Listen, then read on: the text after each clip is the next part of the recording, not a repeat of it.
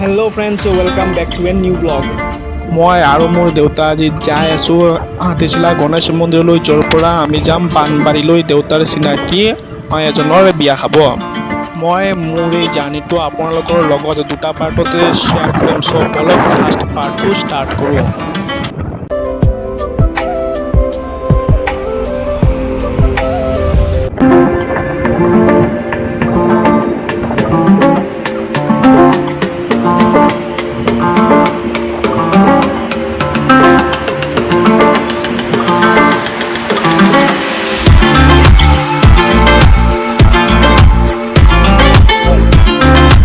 আজিৰ জাৰ্নিটো অলপ দীঘলীয়া হ'ব, সেইকাৰণে পেট্ৰল পাম্পৰ পৰা গাড়ীৰ টেংকিটো ফুল কৰি ল'লোঁ।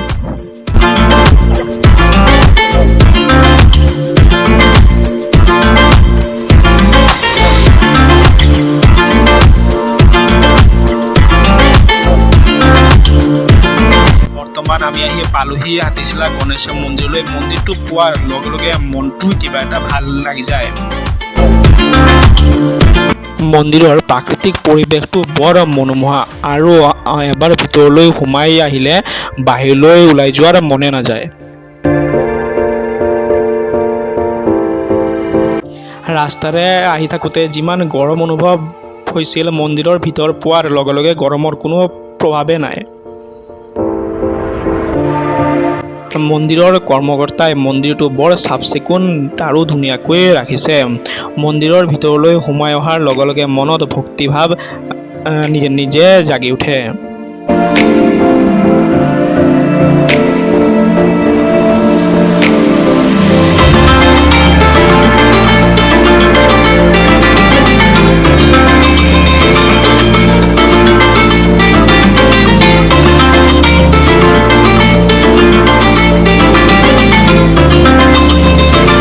মন্দিৰৰ এই শিলটো দেখাত হাতীৰ দৰে দেখা পোৱা যায়। এই শিলটোৰ কাৰণে জেগাটোৰ নাম হাতীচিলা হোৱা বুলি মানুহৰ মুখে মুখে প্ৰচলন হৈ আহিছে।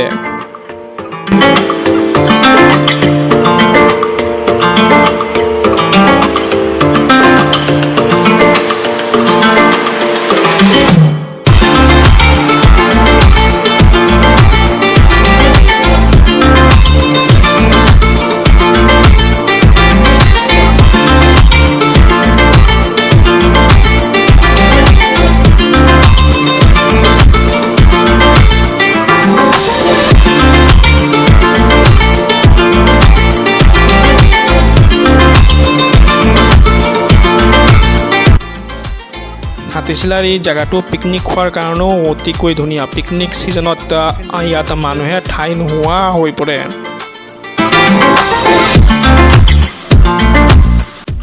যদি আপুনি এতিয়াও জেগাটো দেখা নাই, তেনেহ'লে নিজৰ পৰিয়াল বা বন্ধু বান্ধৱীৰ লগত এই জেগাখিনিৰ সৌন্দৰ্য উপভোগ কৰি যাব। চাব, আপোনাৰ মনটো বহুতে ভাল লাগিব।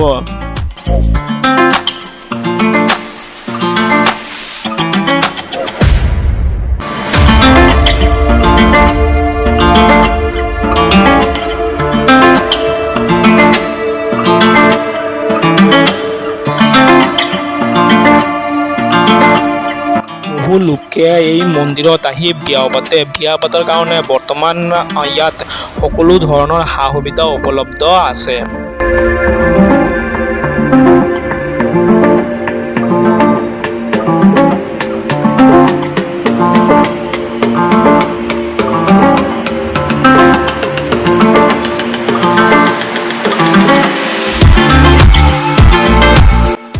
মন্দিৰৰ কাষেৰে বৈ গৈ আছে ব্ৰহ্মপুত্ৰ নৈ, যিটো দেখাত অতিকৈ চকুত লগা।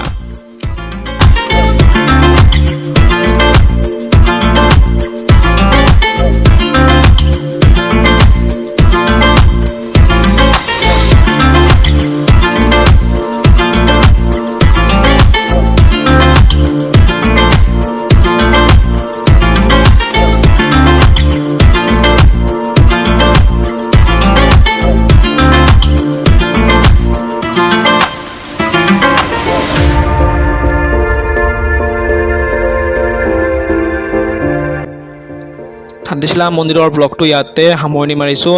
এতিয়া মই আৰু মোৰ দেউতা যাই আছোঁ পানবাৰীলৈ বিয়া খাব, যিটো মই আপোনালোকক নেক্সট পাৰ্টত দেখুৱাম। যদি মোৰ এই ভ্লগৰ ফাৰ্ষ্ট পাৰ্টটো ভাল লাগিল তেনেহ'লে লাইক কৰি দিব, কমেণ্ট কৰি জনাব আপোনাৰ মনৰ ভাৱ আৰু শ্বেয়াৰ কৰি দিব নিজৰ ফ্ৰেণ্ডছৰ লগত। আৰু যদি মোৰ এই চেনেলটো ছাবস্ক্ৰাইব কৰা নাই তেনেহ'লে ছাবস্ক্ৰাইব কৰি দিব। লগ পাম নেক্সট ভিডিঅ'ত। থেংক ইউ, জয় আই অসম।